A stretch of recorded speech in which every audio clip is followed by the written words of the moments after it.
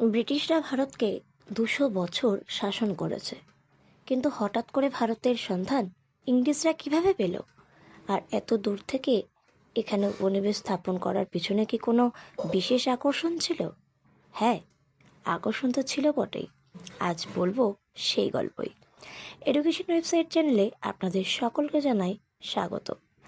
ভিডিওটি আরও বেশি বোধগম্য ও আকর্ষণীয় করে তুলতে আসল ছবির পাশাপাশি আমি বেশ কিছু নকল ছবি ও কার্টুন ব্যবহার করেছি। ইতিহাস পাঠক ও অনুরাগীদের কাছে আমার নিবেদন, কারো ব্যক্তিগত ভাবাবেগকে আঘাত করা আমার উদ্দেশ্য নয়। বিষয়টি মাথায় রেখে এই সামান্য ত্রুটি মার্জনা করবেন। শুরু করছি আজকের মূল আলোচনা।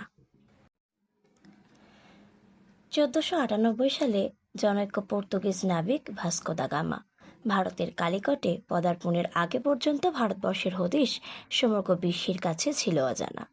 কিন্তু এই ঘটনার পর সমগ্র 16 শতাব্দী জুড়ে প্রাচ্যের বহির্বাণিজ্যে একচেটিয়া অধিকার বজায় রাখে পর্তুগাল। গোয়া, দমন, দিউ, কোচিন প্রভৃতি অঞ্চলে বাণিজ্য ঘাঁটি গড়ে তুলেছিল পর্তুগাল।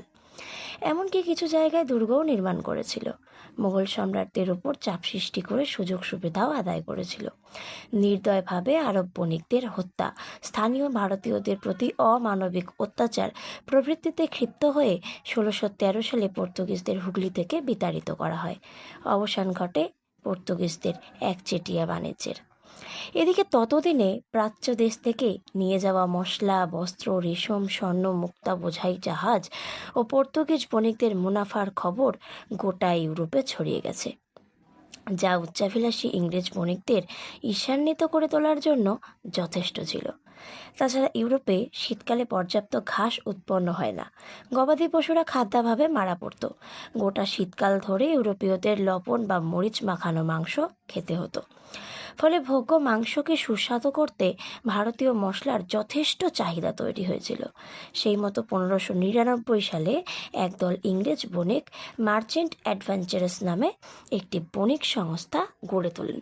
এটাই প্রথম প্রাচ্যের সঙ্গে বাণিজ্য করার জন্য বাণিজ্যিক সংস্থা।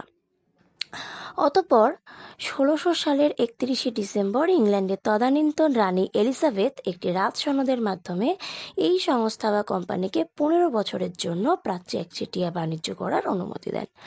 কাগজে কলমের নাম হয় the governor and company of merchants of London trading to the east Indies.